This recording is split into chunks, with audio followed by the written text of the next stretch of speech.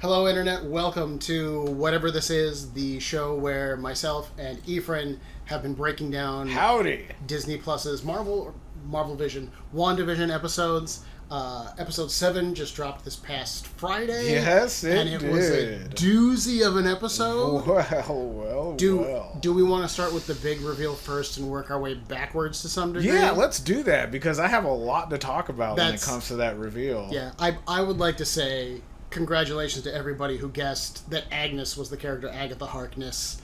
I won't lie, I have not been a supporter of this theory because it just seems like such an easy thing to do. That's how they get you. But when it's so well done, it's hard to argue with the way that they did it. I loved it. Oh my god. I loved the theme. I loved that they showed all of the moments of her manipulating the show. I love the theme song. I love the Agatha all along. It's so catchy. It's so catchy, and let me just give credit. And I just first of all, I just want to say this. There was one of us that said that you don't just bring in an actress like Catherine Hahn to just be a secondary character, and who was that between one of us? It was probably you, because I don't know who Catherine Hahn is outside of this show. It was me, wasn't it? Yes, I said that, you don't just bring an actress in like Catherine Hahn just to be a minor character. Sure. And I was right. I would like to say that was correct. Evidence to the contrary is that Marvel does bring in actors of this caliber for bit roles, but it's a show, yes. And I would say that's the difference. And I do think there's so much of this show, and especially this episode, I feel like so much of this show is Marvel Studios specifically dicking with the fan base. Well, that's what I love. They know we're watching this, and we're picking every little thing apart, and they're going, little thing at it. Here's a clue. Does it amount to anything? We don't even know at this point. Do you guys know? Exactly. And sometimes it does, sometimes it doesn't. But at the same time, they're not treating us like idiots. Yeah. And that's what I love about Marvel. They're not. It really seems like they're going into this going, people are going to nitpick just the name Agnes apart. Yeah. So we're going to lean as far away from it as we can. And, other than, Mr. Scratches, which I believe is an actual, reference to Agatha's cat in the comics. Ebony. Yeah. I read up on her after the reveal. Yeah. So. Yes. There wasn't any reveal. There wasn't any in-show clue that she was actually a witch. It was always she was weird and that maybe something was going on, but there was never anything that was like, here's what's happening, guys. But they also know your fan base is going to dig into this kind of stuff. So if you put in an obvious clue, I almost want to compare and contrast with Monica's character. Yes. Who, the second that they were like, man, your tests came back inconclusive, I was like, superpowers, photon or spectrum, yes, this is going to be great. But they didn't rush it. Marvel has still built steadily to the reveal that she's going to get superpowers. We really got to see that come into play more in episode 7. It was well done the way they did it, because it was very epic. Yeah. When she was it was almost like a hero going through their destiny in a way. Yeah. And all her different pieces and parts. You heard her mother talk. You heard Carol Danvers talking and everything. It was so good.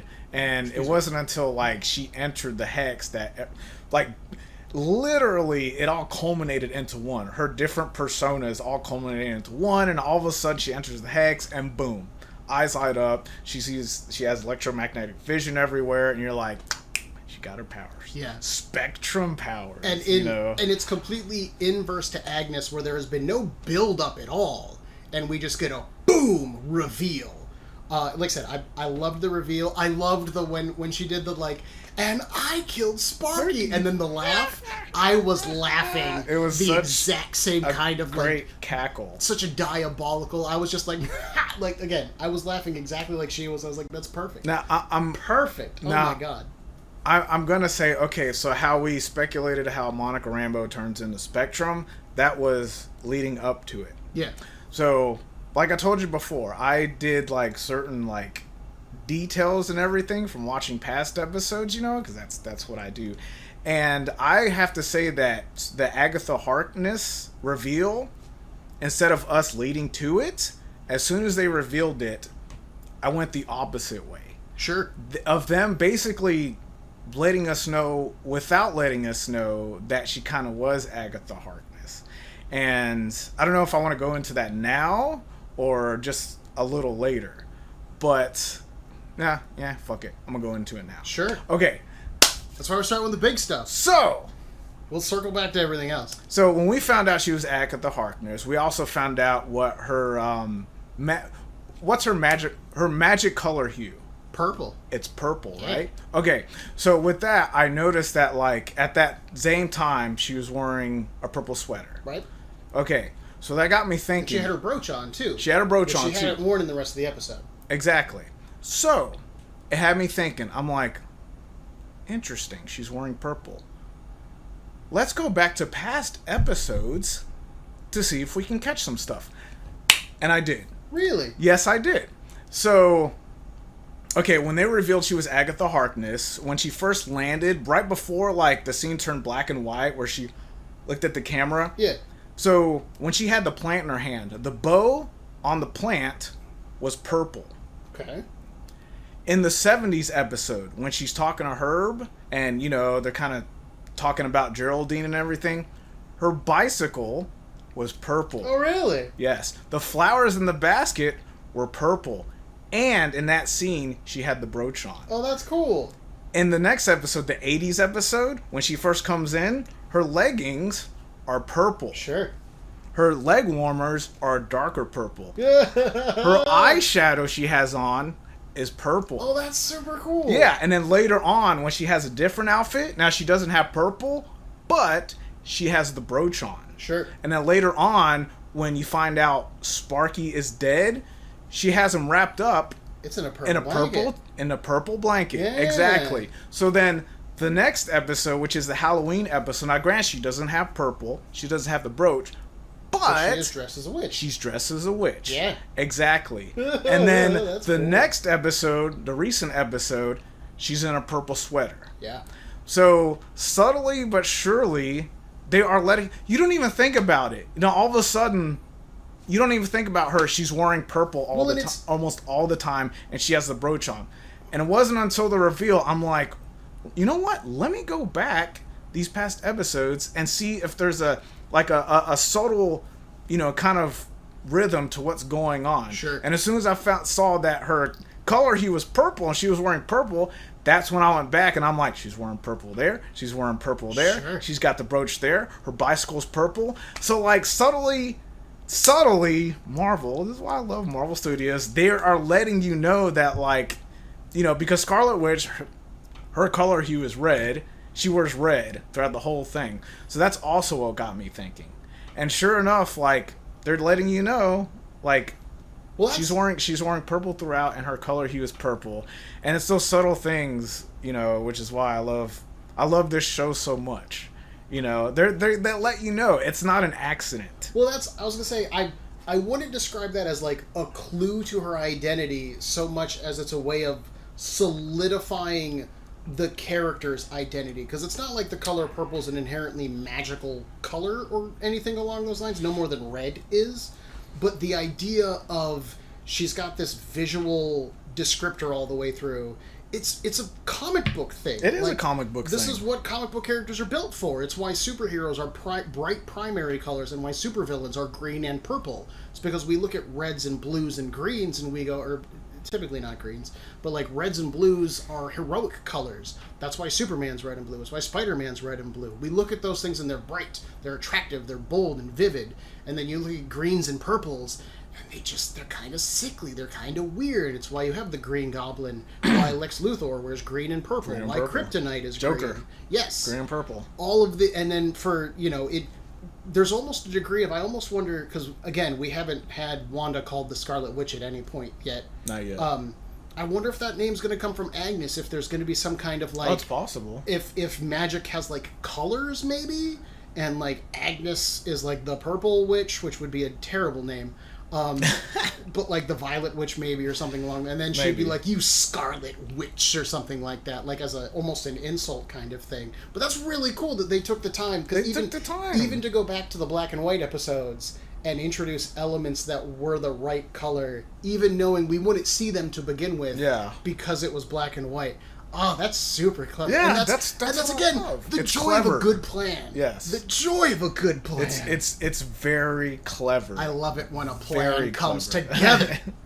It's very dope. clever. It really is. That's that's when I first noticed is when the theme songs start playing and right before it turns black and white, the bow on the plane is purple. So that's what got me thinking. And because she's got, I want to call it a witchy dress. We don't get to see a lot of it, but her dress has elements of purple running through it as well. Right before she transforms.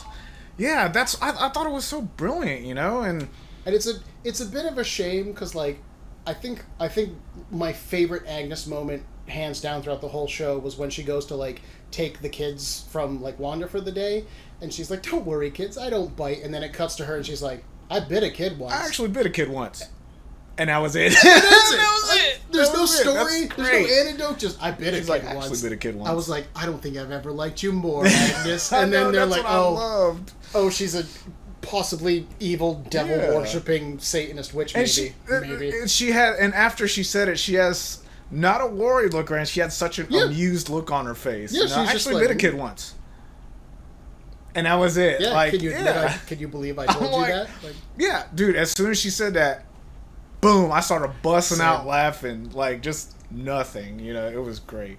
That was and fantastic. what was awesome was when you found out she was behind the whole thing, and in that episode she's behind the camera. Yeah. And it was actually her that said, "Well, maybe this is something that you deserve. Do you think maybe you deserve it? This?" Oh. Yeah. And then Wanda's like, "What? You're not supposed to talk." And then later on, it's actually Agatha Harkness. And it's interesting because there's some degree I love that. She's like, and there's some degree of, again, we've particularly have been expecting someone to be behind the scenes. yes. And I've been expecting there to be a reveal that someone was manipulating this thing, and then we started to see elements. It was Agatha all along. And we started to see elements of Agnes being like, "I'm a character," which a character is still different from the director.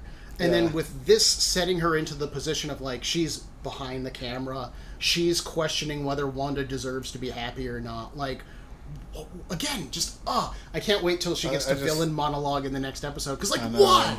Why would you do all this just to have it blow up? Fuck. It's crazy, because we talk about Paul Bettany, he's great as Vision now. You can see ranges of a lot of these actors. Elizabeth Olsen has never been as great as Scarlet Witch as she is now. Yeah. And then someone like Catherine Hahn, which I have always liked Catherine Hahn. I have, but then she's great in this show. But then the reveal, to me, when the real reveal happens, and then it goes through the theme music. Hang on just a second. We were talking about the theme music. Okay, so when the theme music hits, and just now, all of a sudden, her subtle expressions, when you get introduced, the theme music starts, the singing starts, and then the expressions when she looks at the camera, she's like that, and then she gives the little playing over to the camera, playing to the camera, and then she keeps going like this, and then the other episodes, the whole magic show when she's doing that, and then she gets the pamphlet and she's like that. When she taps herb, she looks at the camera, the whole I love the Halloween part where she's looking in there, she's checking herself, she kisses herself, and then she looks at the camera, just the whole that whole theme part alone to me just upped my liking of Catherine Hahn so much. The deception, the whole deceiving, I'm like, oh my god. I don't think I've ever seen her she's brilliant as a villain. Well, and it's a fun way too it's of such a wink of to literally the audience, telling the audience I've been lying to you the entire time. Exactly. I've been in on the joke. I know what I'm doing. You don't. Exactly. And what you said at the very end. Oh. And I killed Sparky too. I killed Sparky too. The whole witch laugh. It's so evil. It's brilliant, And I'm like, oh my god, I love Catherine Hahn now than I ever have before. She's these, and it goes to show these Marvel shows now are just like we talked about before, secondary characters that you've seen in movies that you like. Now you're seeing how they are in particular, and then you introduce a villain like this, and like Marvel's great in their casting, and this is they always are. To some, I don't want to rehash the whole argument from our last episode, but to some degree, my point was saying that Psycho Man could be manipulating these kinds of things. Psycho Man is a more prevalent Marvel Comics villain than Agatha Harkness has ever been. But this is the kind of storytelling that Marvel can do with their villains to take the time, or even up to this point. I agree now. Yeah. Yes. Yeah. Now I agree. Yes. And that's even to this point, like, we still don't know Agatha's plan, what she's up to, how she set this up. We don't know where it's going. But having been invested in Wanda's story for so long now, so emotionally, to know that this character is manipulating all of it for any reason, and again, she killed Sparky. Yes. Burn the witch. Burn the witch. It immediately makes you invest in stopping her as well, where we still want answers and we want her to pay for what she's doing now. This is what's like. I don't say this is what's going to make Agatha Harkness an A-level villain. I don't think she would be, but like, you couldn't do like Scarlet Witch the movie and have Agatha Harkness be your like Killmonger level threat. She's just not that important. But this kind of storytelling allows you to invest in her so that we do care. So by the time we go, she is a villain. She's been manipulating this. Now you're going, oh, you bitch. Oh. Exactly. Now you care. It was in a way that you couldn't do in a movie, period. Exactly. Like, I would argue you can't do something like this. I keep going back to the theme music. It was Agatha. And it was so brilliant. It's starring so Agatha Harkness. You know, it's got that great. like Halloweeny, like the font is like made of like bones kind of thing. It's like a Monsters type of theme. It made me think of the like Haunted Mansion at Disney, like pretty strongly to some degree. I read online somebody did say like the theme music was so Disney. It was so Disney that they gave the main villain her own theme music. Yeah. I'm like, that's actually really funny. That's dope. It's true. And what I like now is now at the end when you found out she killed Sparky. Now I'm thinking to herself, well, did she purposely do that to literally get a rise out of the twins? Did she did she want the twins to get older? Is it the older the twins get, the more powerful they are? eBay.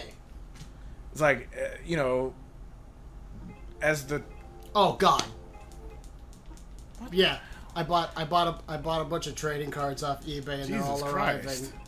Yeah. Just mute it a little bit. I can't mute it more than that. Good like God, man. I have it on like silent.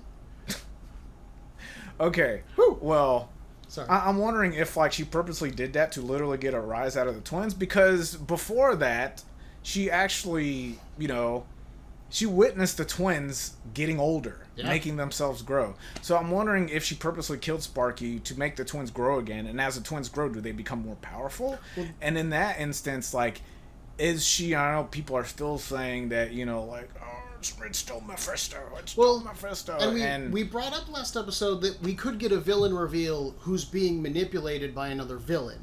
And I do still think, given, again, Agatha's character history in the comics, she could still be working at a purpose for Mephisto. Yeah, it's possible. Where she's the goon out there doing this. She could be the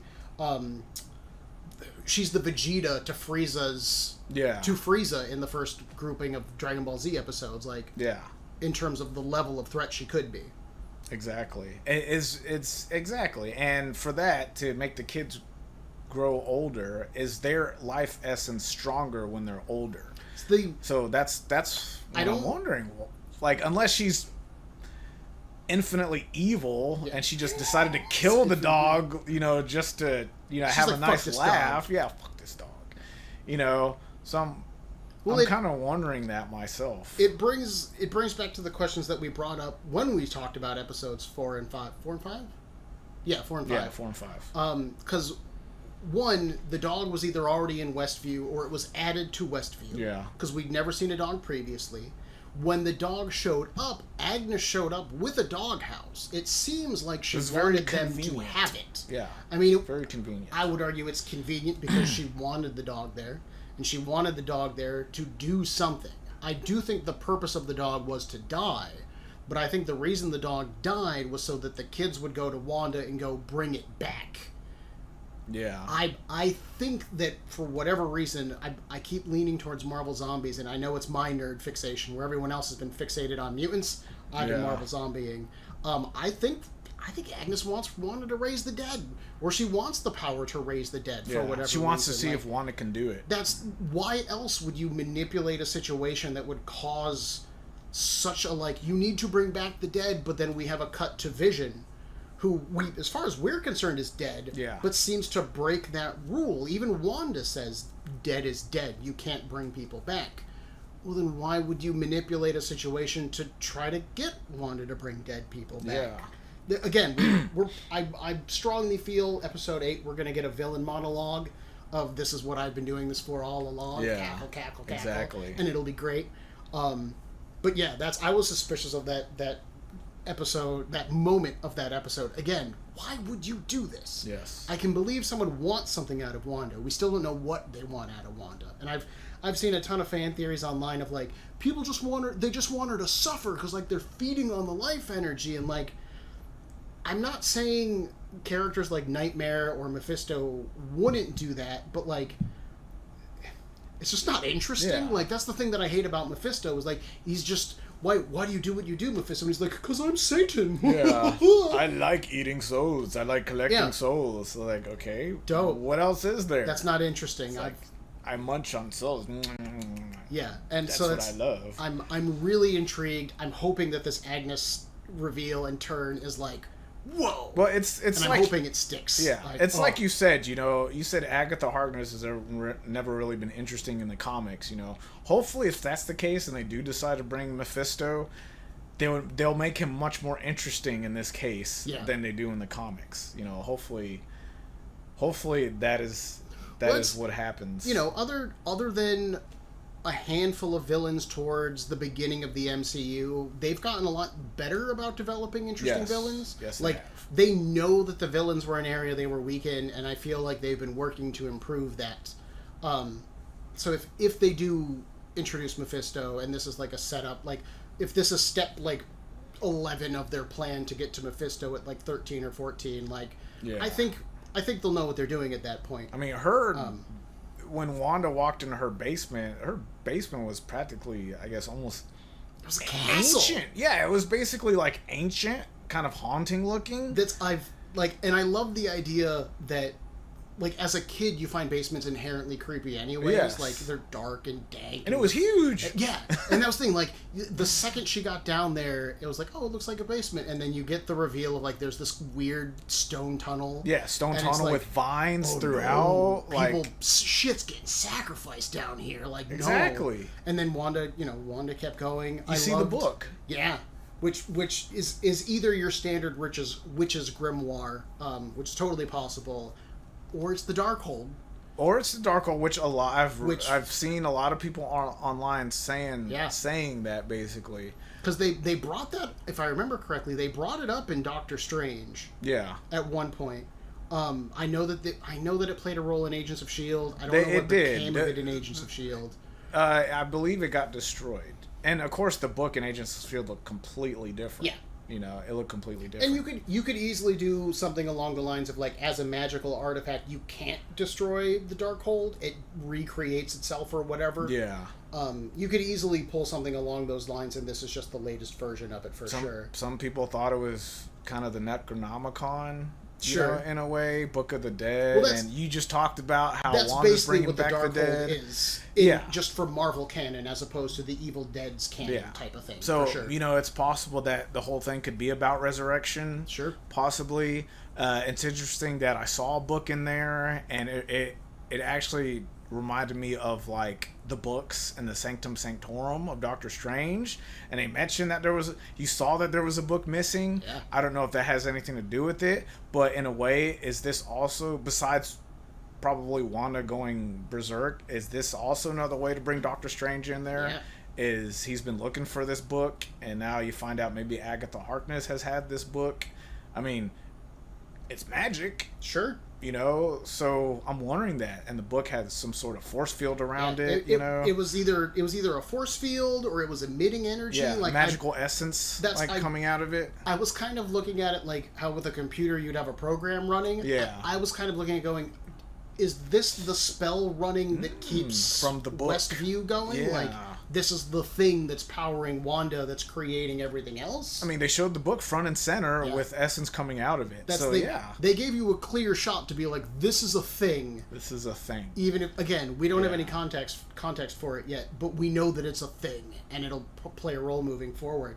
Yeah. That tomb was great. Like, that tomb was great. It was cool. We still don't know who Ralph is. Yes, exactly. Agatha keeps referring to. Yeah, going back to Ralph. Her rabbit, Mr. Scratches or whatever. Scratches is typically a nickname for the devil in, like, Southern America. Good old Mr. Scratch kind of thing. Interesting. And I haven't looked into it because I honestly don't care enough to. But that cicada that was crawling on the window that kind of creeped Wanda out. Cicadas typically are known for the fact that they breed, bury themselves, and then seem to come back to life. They're kind of a symbol of rebirth and resurrection. So again, is this some idea of maybe Agnes wants, or does Agatha want Wanda to bring someone, maybe her husband Ralph, back from the dead? Maybe it's Mephisto. Is Ralph Mephisto, and she wants him to have like a physical form? Maybe? A lot of people online are implied that the Fly is Mephisto, because if you read Wikipedia about Mephisto, like his first appearance, he like started out as being a fly, and why would they just pinpoint a solo fly? Right there, it's like, well, technically it's a cicada. It's definitely not a fly. It's way too big to be a fly. It's way too big to be a fly, but, that's what people are like, hey, like, it could be Mephisto. People have thought every speck of dust in this show is Mephisto. Exactly. And he's a shape-changing devil. Like, he can literally be whatever he wants to. Like, he could be Wanda if he wanted to. So that's why I've never engaged in the, like, I think this character's Mephisto, because it could be. People are saying Hayward could be Ultron, and that's why he wanted to bring Vision back online. Like, Ultron could disguise himself as possibly human. It's like, how? Why?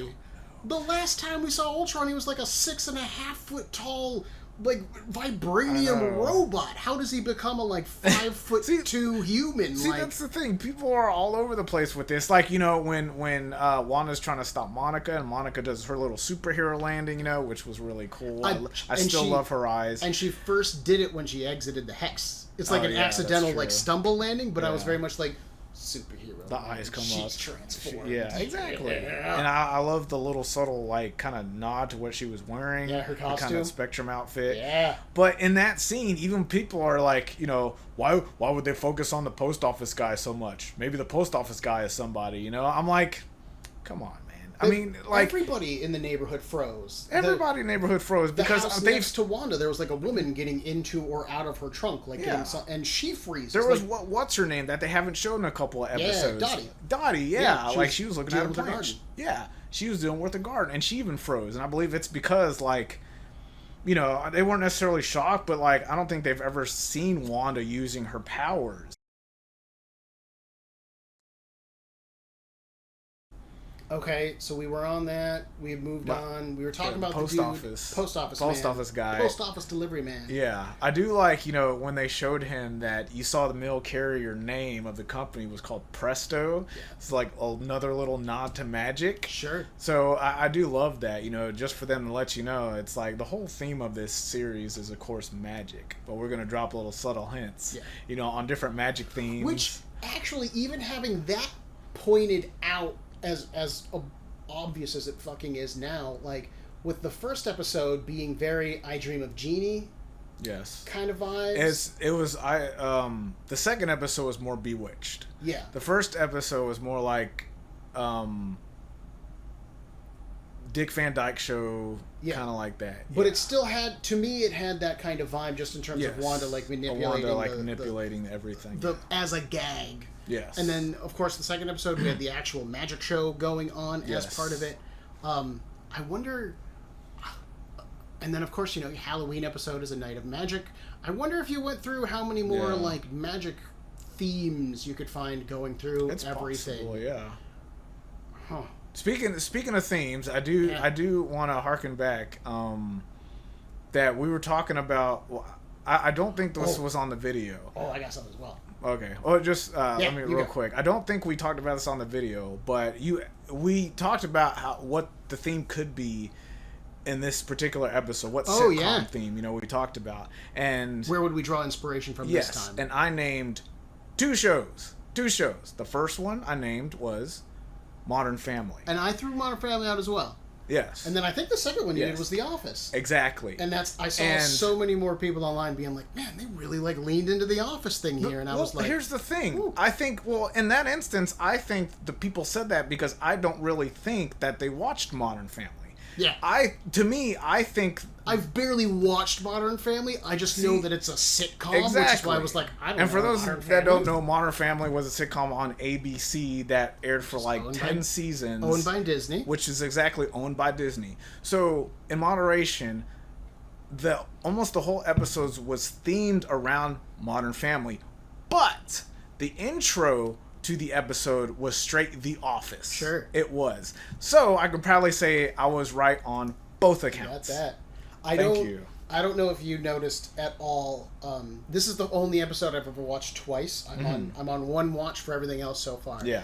During the opening, one of the times when it's displaying Wanda's name is a ransom note with cutout letters, and it says, yes, I know what you did, Wanda. Somebody emphasized on that. Yeah, I know. I paused and rewound and hunted it back, and I was like, no, that's a ransom note, and that's a threat. I don't know what that means, but wow, that's creepy. Maybe it's from Agatha Harkness because, when she said, maybe this is something that you deserve. Yeah. So I don't know if something happened, but it seems like she's seeking out revenge somehow. That's true. I mean, I don't know why. Yeah, again, we don't have any. We don't have any information about Agatha at all to in the context of the show, pitch what does she want at all. Yeah, exactly. What I really like is somebody pointed out that the if opening... the microphone picked that up, I just want to say that's Ephraim's phone going off this time. So yeah, maybe I should have put it on vibrate. Yeah, we'll be all right. Should I yeah. I mean, okay, all right, it's off now. Yeah, but what you were saying. But you were talking about the opening theme, how you saw that kind of ransom note. Yeah.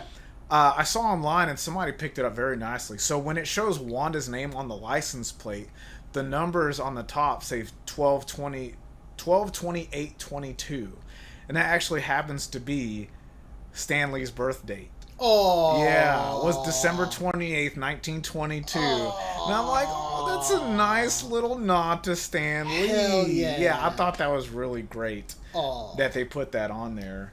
Just nice little drops like that. Yeah, it's really cool. And it's, I know it's one of those things where Scarlet Witch, again, she's considered such an Avengers character, and even then she got introduced to the Avengers late compared to a lot of the characters. And it's weird to think that she was an X-Men character first. And I've been reading through X-Men Masterworks recently. So I just reread the first appearance of Scarlet Witch, and it's just weird for me. I don't typically think of her as a Stan Lee, Jack Kirby creation.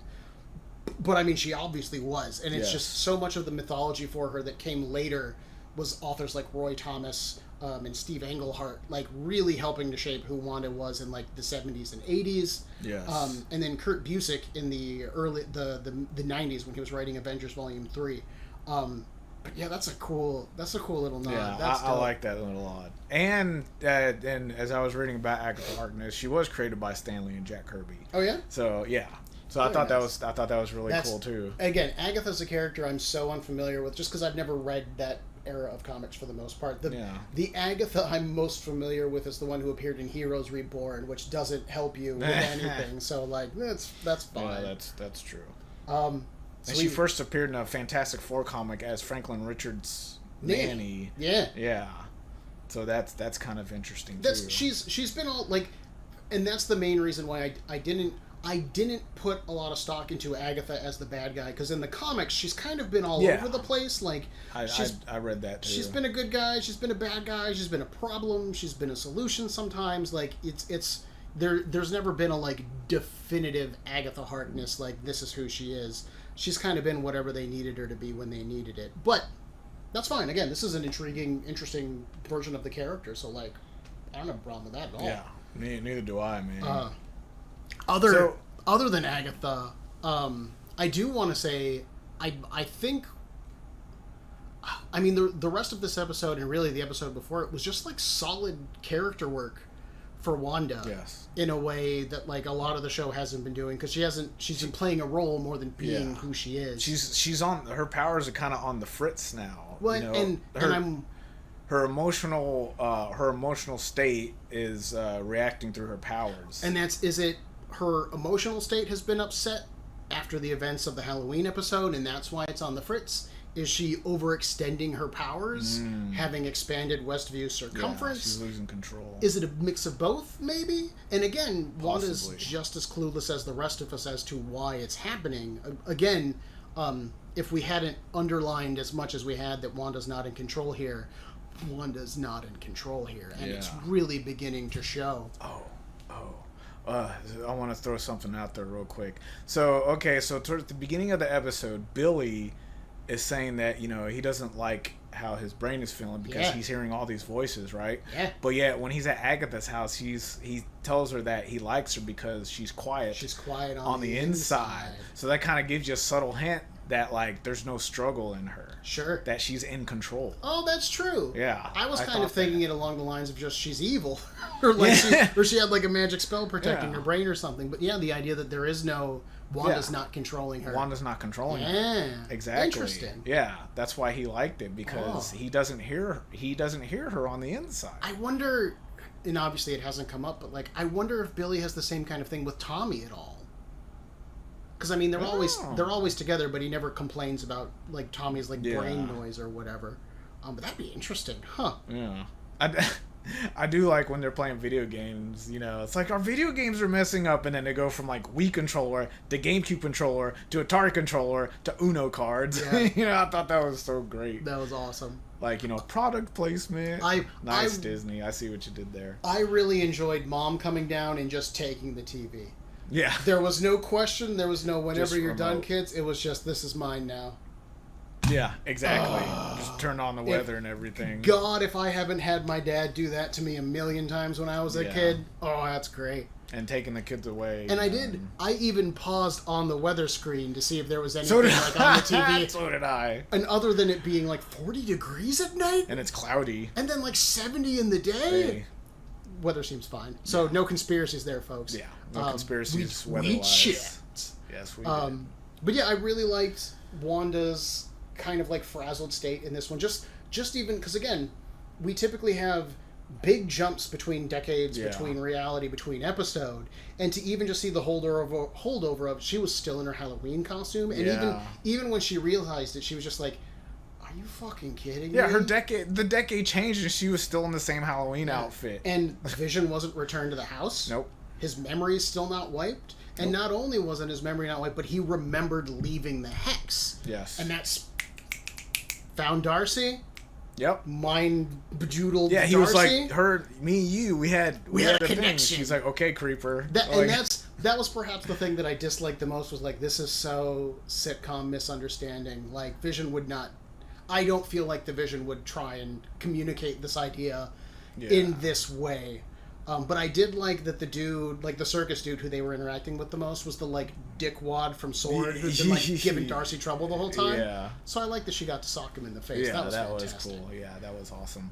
I liked that. You know, when he basically was like, you know, we kind of had a connection, and oh God, what was I was just thinking it just now. When we talked about last week, when I was like, well, you know, the whole, you know, Vision, like, robbing somebody's head, you know, he could use it on somebody who, and you said Darcy, and we were right on that. Like, he used it on Darcy. And I think I jokingly said, like, she was, like, handcuffed to the car. Maybe she'll be, like, an escape artist or something. And then right off the bat, they were just like, oh, she's an escape artist. And which was really, again, like a cool, fun little way to do that scene. Yeah, it was. It was really cool, man. I loved Darcy being like, I won't lie, I kind of wanted a guest spot, but like not like but this. But like that. That was just brutal. That was cool. She was like, that was brutal. That was a cool way to do that. I liked the psychology of Wanda putting problems in the Vision's way because she doesn't want this confrontation again. She just wants to be left alone for like even at this point, even the presence of the Vision doesn't bring her happiness anymore. He's a new problem. Yeah, I love that. I love that short part when like, you know, the light turns green. All of a sudden, they got to work on the light, and Vision just looks at the camera. He's like, it's like he knows. It's like, damn it, Wanda. It's like, what are you doing? The flip side of that for me is I was like, you're in a false reality. Yeah. Why don't you just drive off the road? Just go around? Yeah, like, exactly. Just go around. Why pick up Darcy, He's fly like, what away? am I doing talking to you people? I should just... Well, that scenes, like, those scenes are like the most, I guess, Paul Bettany visions, you know? It's great, you know? And that's a fun scene, but it's a moment like that that calls into question the way that the show works, because if Wanda's camera-to-camera moments have been Wanda interacting with Agnes... Yeah. And who's interacting with Vision? Was Vision's moments there interacting with Agnes? Like, because, again, it's magic, so if she needs to be in two places at once, I'm assuming she can be. But again, it calls into question the reality that they're in and the rules that it works under. And the rules are whatever Agnes wants them to be, I'm assuming. Yeah, I'm assuming that, too. But yeah, that's, again, I was kind of like, why doesn't Vision just, like, lift the van and, like, fly with the van?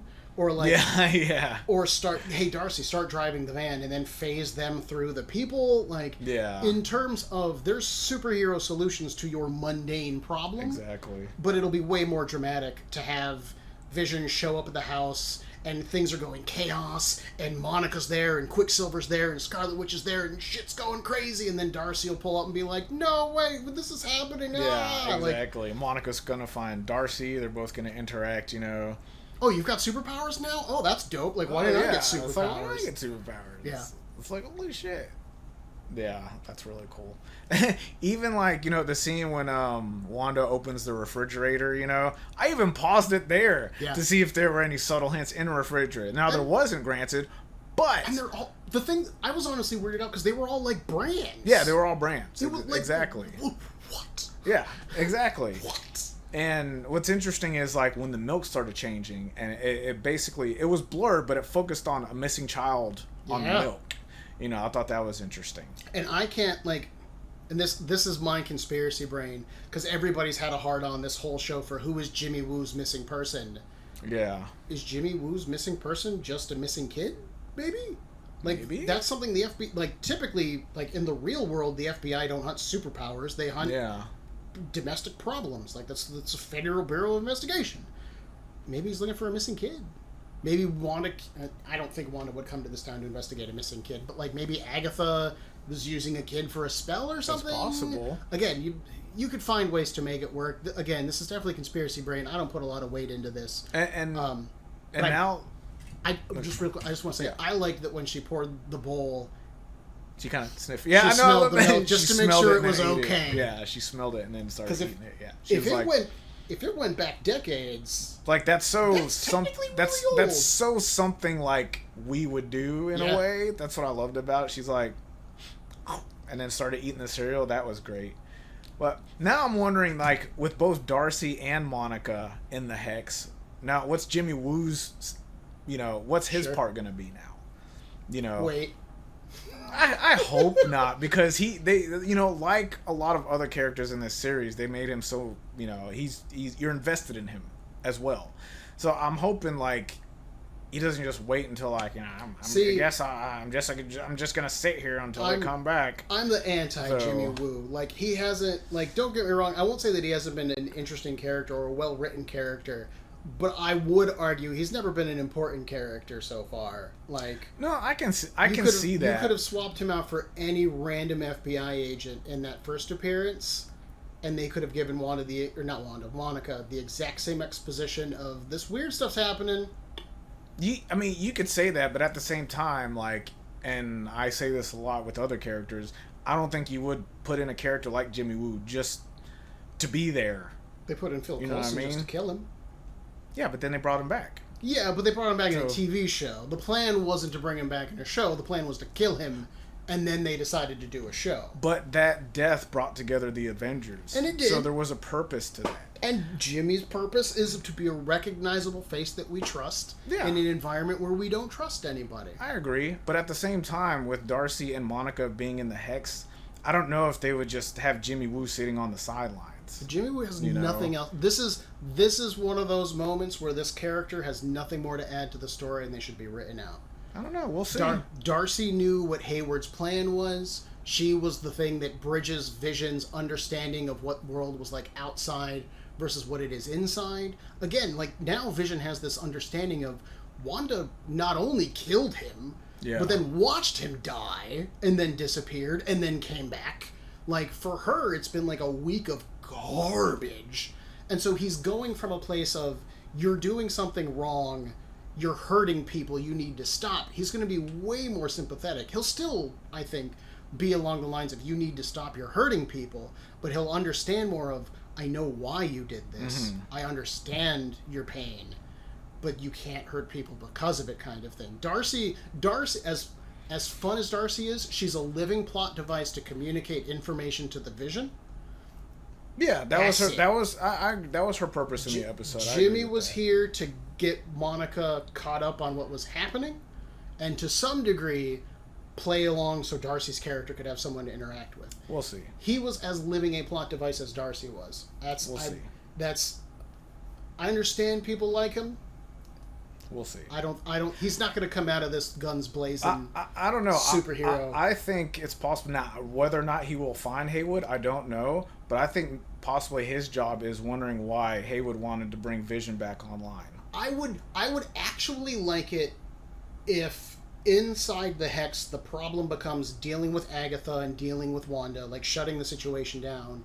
If Jimmy's situation was just arresting Haywood, like find enough criminal wrongdoing that he could get because after the last just arresting Haywood, I don't know. I think I don't know. We'll see, but like I think Jimmy maybe is playing out like to gather more information about Vision's side. You know, I think Darcy and Monica. Jimmy don't have the computer. He doesn't have the computer skills to do. No, he doesn't have the computer skills, but like. I'm not saying he wants to gather information computer-wise, but it's possible he still wants to know what the hell's going on, especially with Vision. You know, they thought that they wanted to destroy Vision, but then it turns out they wanted to bring Vision back online. And I think that could still be in the back of Jimmy Woo's head. Sure. You know, as to why. I just don't feel like Jimmy Woo's purpose has been served yet. I was from a narrative standpoint. The only thing, from a writing perspective, Jimmy Woo could do at this point would be to go back to Haywood to confront him. And at this point, Haywood has more troops. He's got a new base. He's got better equipment. Like, Haywood's ramping up to go to war with a fucking superhero. Jimmy Woo can't just show up and be like, I'm Jimmy Woo, guys. Close-up magic. You should surrender. Yeah. Pull out the card. Pull out a gun. I don't know. Like, I'm not saying Jimmy won't get that moment, because I kind of think the show's going to end with Haywood gets arrested, Monica gets bumped up. Yeah. Monica becomes the new director of S.W.O.R.D., moving forward into the rest of the MCU. And she has powers. And she's got superpowers. And who better to be in charge of the division of sentient weapons than a sentient weapon herself? Yeah. Especially one who helps bring closure to the Westview incident, whatever they want to call it. So I do think you'll have that moment of like, I think Jimmy Woo's going to get to punch Hayward out. God, I want that man to get punched so bad. Yeah, everybody does. And I could see him getting arrested, but I don't think Jimmy Woo is going to be the like linchpin that brings all this together. Like, he's a background character. He could be. I'm not saying he's the linchpin, but I just don't feel that like his part is necessarily over. I still think he has his own part to play. You know, I don't see him as being like... I will respectfully disagree. Okay. We'll see. We'll see. Yeah. You were wrong about something before. I've been wrong about most things. So we'll see. Yeah. You know, I just don't think his overall arc is done. Sure. You know. That's along those lines, and you brought up a degree of this. I loved the aerospace engineer thing at the moment not being a thing at all. Like, and again, that idea that Marvel knows nerds are going to pick this thing apart. And they threw out what in any other movie would be a throwaway line, I know a guy.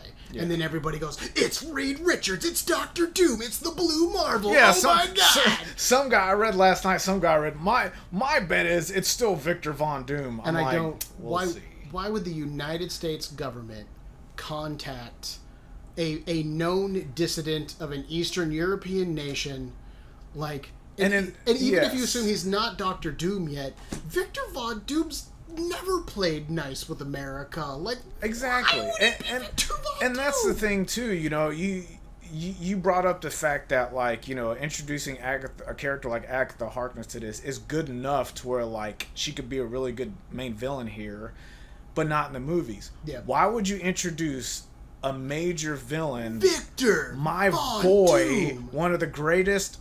Not Marvel, one of the greatest comic book villains of all time, in a show like WandaVision, where there have been tons of rumors to say this is possibly going to be your next big bad. Yeah. Why would you introduce him in a show like this? So I'm not quite buying that. And I think that would be why. If the ideas were gonna, because again, if the ideas were gonna go from Agatha Harkness to your next Thanos, we got a big gap. Yeah, it's a huge gap. And to be fair, Doctor Strange does have ties to mysticism in the Marvel Universe. Will they reference that in the movies? We don't know. It's a weird kind of thing for the character. I did read that, I believe it was Feige or someone up there in Marvel Studios that said they're going to introduce 3 major Marvel characters in Doctor Strange and the Multiverse of Madness. Nice. So it's possible one of them could be Doctor Doom. And I would almost kind of love the idea of scarred Doom going to learn magic at Kamartaj. Black magic. Yeah, and then he goes rogue. He goes Baron Mordo or whatever the floop. Like, that would be a cool way to acknowledge the character's history and set him up and also show us where he's at. Yes. As opposed to having to give us, like, a flashback episode of, like, here's Doctor Doom's life to how he got to be Doctor Doom. No, we touch in. He's scarred. He's disfigured. He wants the Doctor Strange treatment. I want to learn magic so I can fix myself. And then in learning magic, he goes, I don't need to fix myself. I need to fix everything else. I'm great. Yes. I'm amazing. You all are garbage. You all are absolute shit. And I'm going to make it all better. See that in here? See that? That's what makes Doom. I got magic fingers, and I got the brain not for it. This makes Doom. That could be a cool way to do it. That actually would be a really cool way to do it. So I mean, for the exact same reasons why people were like, maybe it's Reed Richards or maybe it's Blue Marvel. I won't say there's not good reasons it couldn't have been those characters. Blue Marvel, we'll see, because in relation to Monica Rambeau, to me he was the best fit in relation to Monica. Yeah. Just because they've actually worked together, like. Monica's met the Fantastic Four, but like... Yeah, it's another African-American character you can introduce, which is cool, too. And he was part of the Ultimates with Monica as Spectrum. And, like, Marvel... And T'Challa. So, Captain Marvel. And Marvel has been... Carol Danvers. Marvel Studios and Kevin Feige have been pretty adamant that, like, the future of Marvel's in, like, the cosmic sense... is space, yes. And typically, you know, if SWORD is no longer, like, a space station orbiting Earth policing aliens... In the Marvel Universe, your next step would probably be an Ultimates-like concept. Yeah. So again, I could see them, let's introduce Monica here, we'll introduce, I think his name's Adam Brashear, I may have his first name wrong, who goes on to become the Blue Marvel. I could see them doing something like that, like introduce him in like an Eric Selvig kind of role, and then you bump him up in your next appearance of the character or whatever. I thought, it's funny that you mentioned Selvig, because for a minute, and I even talked about this to my coworker, the aerospace engineer guy could also be Selvig. Yeah, that would have been fun. Yeah, I thought that would have been fun too. I thought that would have been cool. It would have been one of those, like, that wouldn't blow people's minds like people are intending to, but at the same time, I would have been like, hey, cool, Selvig! To be fair, Marvel wasn't blowing our minds. No. At least if we accept the fact that the characters that we were shown are the characters who put this plan together. Yeah. You did point out, before we recorded, we had a brief discussion, and you pointed out that we actually didn't meet the engineer. Like, nobody showed up and they were like, this was my plan, and like they're shaking Monica's hand or anything. Like, no, we had a face, and that face was like, this is our best spacecraft. Yeah. But she never took credit for it. Like, you know, you could work a dodge into there. I personally do think that character is the one who's like, that was who Monica was referring to. We're done. Yeah, and the thing is, like, even in that scene when you're basically like, oh, this is the engineer, for a second I was like, oh, but then, you know, the next thing I was like, okay, I kind of, you know, I wasn't like, oh, that sucks, but I'm like, okay, you know, the level of blowback that I've seen from people online, that's ridiculous. That the aerospace engineer wasn't somebody. I was like, they didn't say it was anybody. Yeah, like, they didn't say it was anybody. Like, again, the fun of this is the theorizing, and I love it. Yeah. But when you're wrong, that doesn't mean like fuck you. Exactly. It just means you were wrong. Like, keep going. Like. It's fine. Yeah, exactly. I wasn't particularly like, what? It's nobody. No, I was like, I was like, oh, okay. I did the I killed Sparky, like, cackle, just because I was like, the nerds will be so upset at this. You're like, right. This is going to be great. Marvel just trolled us hard. Oh, that was great. That's the thing. If this was the setup, I wasn't particularly, you know, upset. Yeah.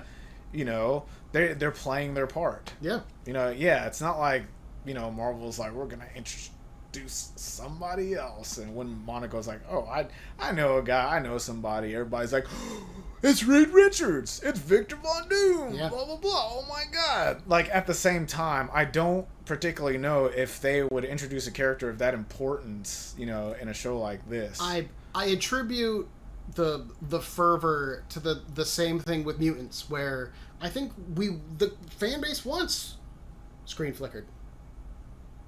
Don't you screw up. We're at 28 minutes. For those who don't know, we've been having some computer problems, and we've been having some freezing happening. But we've been running for 28 minutes, and so far it hasn't frozen at all. The screen just like flashed white, so I was... This wasn't Agatha all along. That would have been amazing. Okay. But I was gonna say, I think the fan base wants good Fantastic Four in the same way they want good X-Men. We've been hungry for it, but again, the trade-off is, I mean, literally more so than the X-Men. We know that there's a Fantastic Four product in development. Yes. It's coming. They even announced, oh god, his name, the director of the Spider-Man movies. John Watts. John Watts, there you go. They even told you that he's going to be directing it. Yeah, and again, like, the trick with that is... Yeah, I still think it's too early for that. Yes. If they introduce anything before that, I think we'll see that further into this phase. They have a plan. But yeah, I loved Marvel just troll. Like I said, I love Marvel trolling the fan base. I thought that's great. The only thing I didn't like was Jimmy and Monica had no reaction to the Hex expanding at all. Oh, yeah. And last they knew, the Hex was just sitting there. Yeah, they were just driving. And then when they first showed them again. Yeah. They were just driving. And they drove away, and then they pull into the thing, and the Hex is like, again, 20 feet away. Yeah. Like, you'd think somebody'd have been like, wasn't that not... Shouldn't that not be here right now? Kind of thing. But, I mean, they were escaping it. Yeah. You know? Like... But man, they knew where they were meeting up with the other crew at. So again, I feel like there should be some kind of spatial knowledge of like, wait a minute, we were meeting them here, which means the Hex should be here, not right on our doorstep. What happened, kind of thing. But that's also not important to the plot. So the writer in me is like, it's not important. Cut it. We've got more important things to do. I was a little bummed out, especially after the last way we saw Pietro in episode 6. That he didn't like play a role in this almost at all. No, except in the mid-credit scene. Mid-credit scene, which like Snooper's always going to snoop. I've been fast forwarding through the credits. Snooper's going to snoop, hoping to find something. Yeah. And there hadn't been anything, and this is the one episode I didn't do it on. Oh, see, I keep doing it just in case. So I watched the episode, I went into work, and then like I was on break scrolling, probably through CBR, and CBR was like, WandaVision episode 7 has a mid-credit scene, and I was like, The one time, which is why I always do it, because it only takes like a minute to fast forward through the credits. But you know, yeah, cool. You know, not Wanda. I keep calling Monica Wanda. Yeah. Wanda gets to Agatha's place, finds the basement. She's gonna sneak in the basement. We run into Pietro. Again. You called her Wanda again. Did I? Yes, you did. See, I admitted it at least. But no, I get you. I'm gonna be very like. The trick now is that's when I saw that her flowers were purple in her yard. Oh, that's nice. Yeah. I'm very intrigued to see what Pietro's role in this is going to be now. Yeah, because they cut when he's like Snooper's gonna snoop. They cut off Monica, but then they never say like, oh, you know, Peter did something to Monica or something. You know, that doesn't necessarily mean he's a bad guy. Yeah, exactly. You know, is he specifically an agent of Agatha? Did she really pull MCU Pietro's soul from the afterlife and drop him in Evan Peters' body and then been like, go comfort your sister? Is he an illusion? Is he a construct? Again, that's the thing, because he could be anything at this point. Yeah, unless she's controlling his powers as well. He still has his speed powers. Yeah, he could be just as mind controlled as like Herb was, because we've seen now that Agatha can control minds. She touched Herb, you know. Yeah, exactly. That she could easily, I guess, between episodes. She manipulated Vision. When Vision did that, like, you found out that, like, no, she was just playing Vision as well. Sure. So, which to be fair, would indicate that she knew Vision could do that. Because otherwise she wouldn't have pretended to have another personality or whatever was going on there. That's interesting. But she cackled as well when she was like, dead. That's true. Dead. And again, like, she witch cackled. It calls back into question, what does she want? Why go to all this trouble to create this thing only then to specifically antagonize things into falling apart again? Like, it's the idea of like, why build a sandcastle to kick it over? Yeah. Unless the thing you want is the sick, perverted desire to kick over your own sandcastle, I guess. But like, and that's the thing. Like, what jump started and. Was she the person to, I guess, put this idea in Wanda's head to be, hey, you know, you can have the life you wanted with Vision if you do this, you know? Did someone else put that in her head? Or did Agatha put that in her head and Wanda didn't even realize she was being manipulated by Agatha Harkness? Yeah. Like, because I guess it's proof, like, I don't know if you can tell, if we can tell whether or not, you know, Agatha's more powerful than Wanda. I don't know. But, like, she has to be powerful enough to where, like, she's the one that, like, you know, is basically manipulating everything. Yeah. When we thought it was Wanda, but then it turns out it was her. Even if, and again, to some degree, there's just a matter of, is she just more cunning because she's more trained or skilled with her powers? Again, we've only really ever seen Wanda use basic telekinesis and slight mind control with people. And even then, wasn't really mind control so much as just implanting nightmares. Pietro even says, give people bad dreams. Agatha could be, in terms of skill... That's true. And more refined than Wanda, where Wanda's more powerful. And Wanda's acting on more of a emotional level. Yeah. You know? So... And, you know, now we're seeing that with her, like... her losing control of her powers, you know, and everything. So, and I still go back to, you know, Agnes behind the camera saying to Wanda, you know, do you think this is maybe something you deserve? Sure. Yeah. But again, if that's the case, why antagonize her though? We'll see. What does she get at? What does she get out of it? Exactly. What does she get out of it? What does she do with the kids? Exactly. Where are the kids? The kids are gone. Where are the kids? She wanted the kids somehow. And it's not even like she brought the kids over and then immediately like did whatever. Like, she fed them. She fed them. Like, we see evidence in the episode that she fed them. Are they, like, you know... She did, obviously, mind wiped and asleep in bed? Yeah. Are they... In the comics, they're traditionally pieces of Mephisto's soul, and they just get, like, snorted back into him or whatever the floop. Like, did that happen? Like, you know, we don't know. Again, I'm imagining Thanos, like, snorting souls like cocaine. Like, you know... Like, whew, that soul, oh my god. Like, oh my god. That soul's potent, yo. That soul's potent, yo. Oh my god. You know, soul. Soul snow. Soul powder. Soul powder. Soul powder. Woo! What just because, again, comics conspiracy, which Infinity Gem was purple? And they changed the color in the movies? Because I don't... Did they... I don't remember. I don't remember a purple gem. Because the space gem was blue. Yeah. The soul gem was red. Because time was green. Reality was red. Reality was power was purple. Because that was the one in Guardians. No, it was red because that was the Red was the Aether. Yeah, it was red. Red was the Aether, which was the Reality Stone. Yeah, the purple is power. Purple is power, yes. Okay. Okay, yeah, purple's power, yes. Because that was when, like, that's right, yes. After you pointed out the purple thing, power. I was like, is this just like a color fetish thing where, again, each character needs to have a specific color coded to them? Maybe it's along the lines of the stones? I don't know. Where Wanda has the power to manipulate reality, so her power effect is red. Agatha has the power to manipulate power levels, so she's purple? Which to me wouldn't make a lot of sense because Wanda got her powers from the Mind Stone, from the Mind Stone, which was yellow. So exactly. And I mean, doesn't. Yeah. I don't know. I don't know if that comes into play because you got to think the Power Stone has never been on Earth except the last part of Infinity War when Thanos already had it. Yeah. So, plus nobody else had the Power Stone except Xandar, and he decimated Xandar.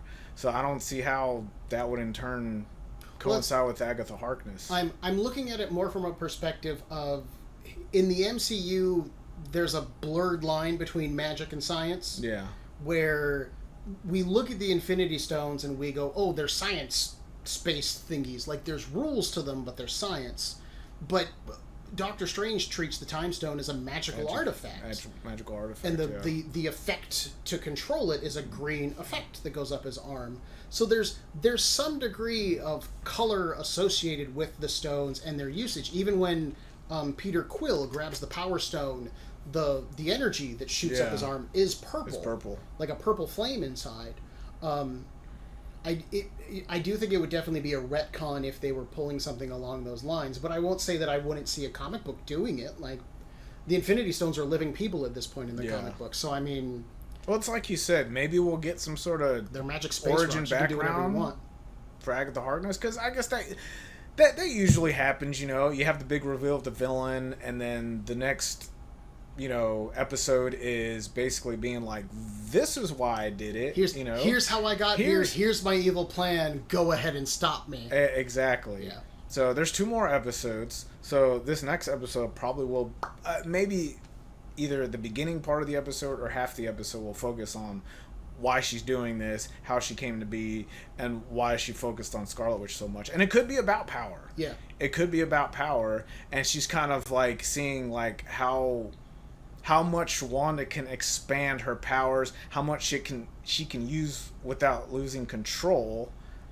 So it's quite interesting where we're going. Yeah. Because of the fact that like Monica now, she can't do anything about her powers going nuts. She can kind of use her powers. Wanda or Monica? Did I? Yeah, you just did it in reverse. You called Wanda Monica. I guess I did. Well, holy shit, we're both... We'll have no idea what we're talking about by the end of this show. No, we won't. I'm gonna call fucking Agatha Monica. Agatha's Pietro. And when Vision Pietro's went through the hex, Darcy. When Vision went through the hex and got her powers, oh shit, I just called Monica Vision, like.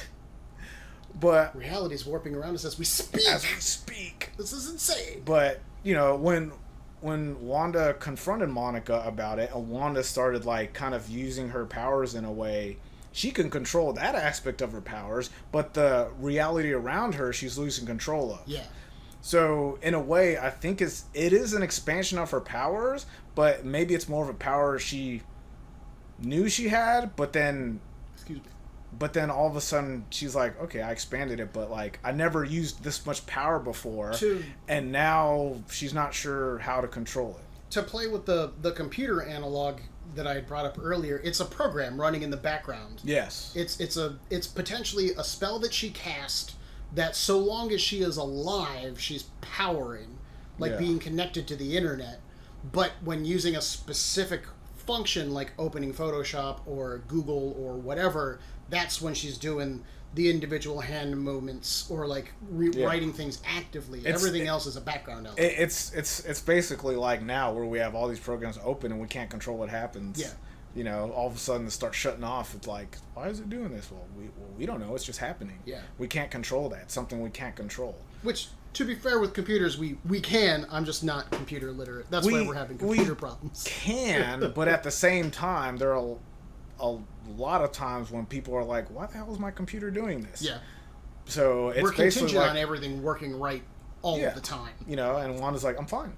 I'm fine. I'm fine. I'm fine. I'm fine. I'm fine. I'm fine. Which maybe it's the case of the Mondays. Am I right? Which is the greatest, like, you're not so fine. Every time exactly. Every time you say that. Every time you say that, more and more we know that you're not fine. You're not. We've all had those kind of days. Exactly. So it's, you know, I leave this on such a cliffhanger, you know, but it's very well done. Again, and it was one really of those, like, especially after the last episode, ended on a big moment, but not like a big reveal kind of moment. This felt more in line with like the previous episodes of like, we're gonna end on a big thing.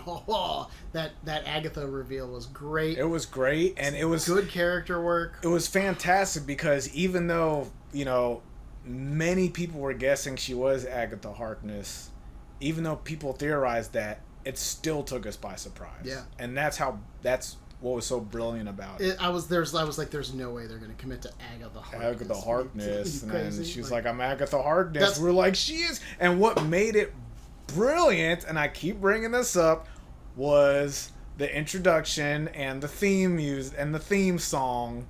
Like, it's so Munsters, Addams Family, kind of like, sort of like that, you know. And it's dark but cheerful. Exactly. The font and the way the font was written, they meant for you to do this. Like, this is the villain. This is such a villain introduction. You know, it was great. And the way she just, you know, kind of subtly winked at the camera, looked at the camera, she's like, yeah, it was me. And I killed Sparky too. That was such a villain thing, like, you know, just and own then it. it ends like, she just owned it. I killed the dog. Screw you guys. Exactly. I know I broke your hearts. This was what I was going for. And like like you said, what's the rabbit? The rabbit is obviously very important to her. Well, traditionally in witch mythology, the rabbit would be her familiar. Yes. Like, she uses this to cast spells or whatever the flute. Like, you know, I won't say I'm terribly familiar with witch stuff, but I watched Sabrina the Teenage Witch growing up. Familiar. I know Salem the cat. Exactly. Salem's her familiar. I might not know anything else. You're right. You're absolutely right. When it comes to sorcery and everything, they usually always have familiars. Yes, very true. And obviously the rabbit would be her familiar. Would be my guess anyways. No, I believe you're right. Because and he doesn't seem evil. Well, that's the thing. I don't feel like she would just come down holding and caressing the rabbit without the rabbit meaning something to her. Yeah. I did. So it was a weird change, but I liked it because when we go to her house, like, her hair's up. Yes. And then when she goes downstairs, her hair is all out. crazy. Yeah, out. and it's like frizzed out, and she's just like crazy, half maniacal looking. Like, and then of course, like I said, she's got the brooch. She got the brooch, the purple sweater, which has been on and off the whole show. It has throughout the series. It has. It's been on and off. She looked like she's ready to rant about what is going on. Like, I'm so ready for, like, let's go, y'all. She does it so casually. I'm Agatha Hart. It's so nice to finally meet you, dear. Like, it's so great. And then just the eyes glow purple, and then you get the introduction. It's Cast so the spell. Great. Yeah. Here's behind the curtain. Like, given that I pointed out the fourth wall break that they did back in episode 4. Yeah, that's what this episode was called. And then this episode, breaking the fourth wall. And it's called that because Agatha breaks Wanda's fourth wall, where she hasn't seen the camera the whole time, and now she does. Yeah, now she does. You know. So there's a part of me where I'm like, and every time that's the best name, but it's And the introduction theme to Agatha Harkness is every time they show a different scene, she's breaking the fourth wall in every scene. You know, and it's a brilliant nod to the title itself. And it's almost a degree of when we see her look at us and nod or wink or whatever, it's almost a degree of she's not. Because we go into Wanda's mind when she casts the spell. When she casts the spell. We're Wanda in that moment.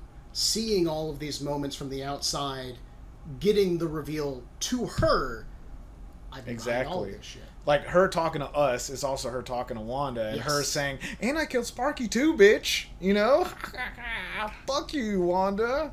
Like, it's But it's really cool that, like, after all this stuff, like, we're sitting here and we're like, God, I want Hayward to get punched in the face. But then we're like, Agatha, I love. Yeah, I know. Because she's so fun. She is. She's so fun, and because she loves killing dogs. I guess to me, it's because Agatha Harkness is such a brilliant villain to develop, whereas Hayward just starts off as a big asshole. Yeah. You know, and you're and like, I want to punch this dude in the face. Time. Exactly. Yeah. But that's the thing. Agnes/Agatha was so likable throughout the series that when you find out it was her all along, one, people theorize that in a way.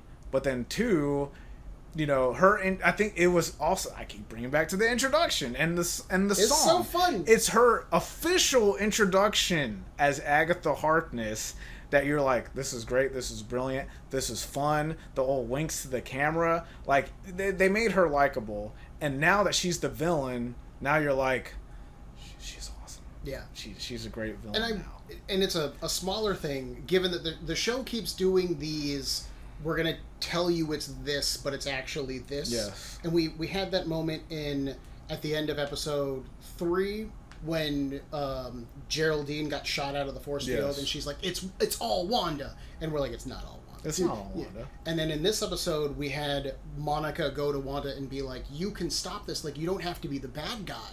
And even Wanda goes, maybe I already am the bad guy. So she's already convinced. Yeah, even Wanda doesn't realize things are being manipulated outside of herself. And again, it's to some degree even the audience being like, maybe she is just crazy now.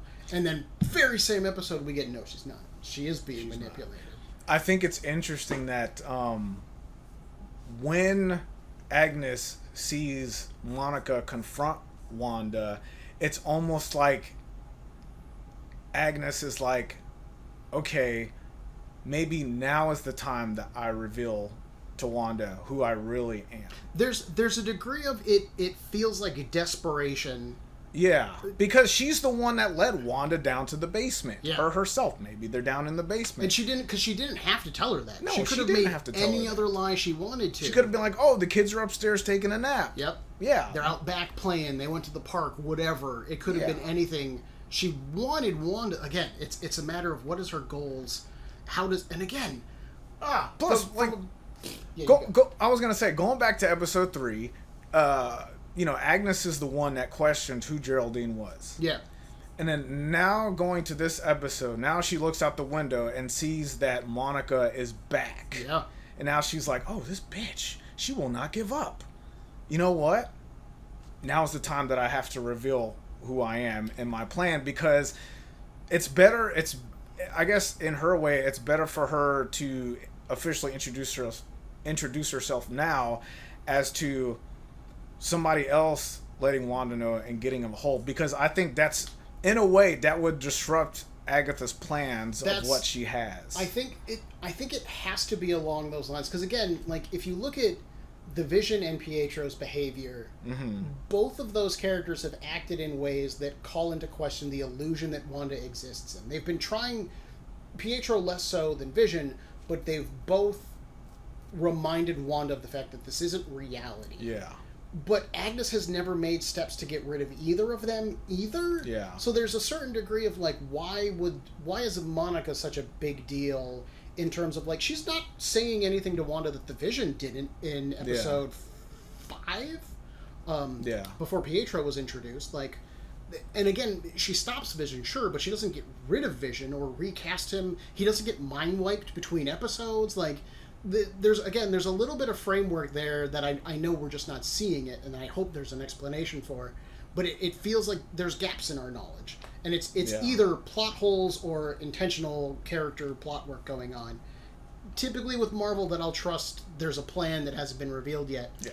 But I won't say that I'm not nervous about it to some degree. Like, I want it all to fit. I want it all to make sense. It's a fun ride so far. Hopefully it culminates really well. And so far, everything's fit together very well. So And it's a small worry. But. Vision now officially knows. I'm guessing thanks to Darcy that he calls like imposter Pietro. Yeah.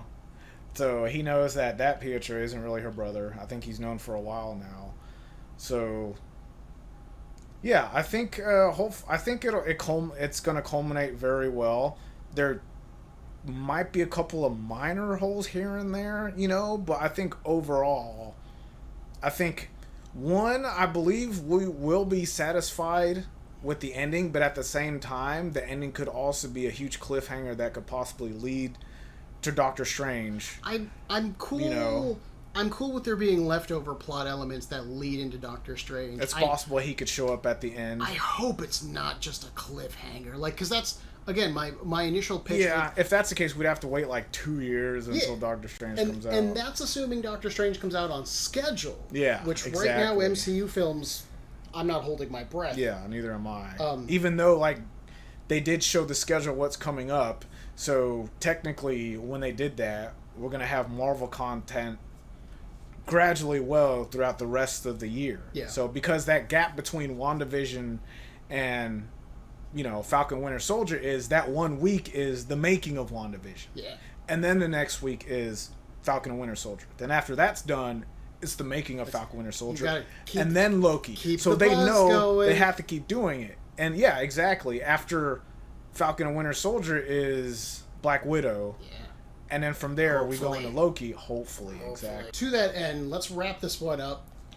Because we're running way over. Like I said, we're going to cut some of this stuff out. I get the Harkness in there. I'm sorry. I just, yeah. Like everyone else, I'm just... Now I'm, just even like a minor villain, the writing and the actress they get to portray the character, it's brilliant, and I give the casting all the praise in the world. And Marvel, as we know, has always been great with casting, and I give that to them. That's all I gotta say. I was trying to think of who don't I like that they cast just to throw somebody out there, but I'd have to stop and think about it. Exactly, we don't have time for that. We don't have time for that. We're ending this episode. Thank you everybody for joining us for this episode of WandaVision. It's been fun. We're really looking forward to the next episode. Hopefully we get some explanations and a big reveal as to what's going on here. Yes, indeed. Yeah, thank you guys so much. Thank you guys so much. It's been fun, and we're going to continue the fun next week. All right, you guys have a good one.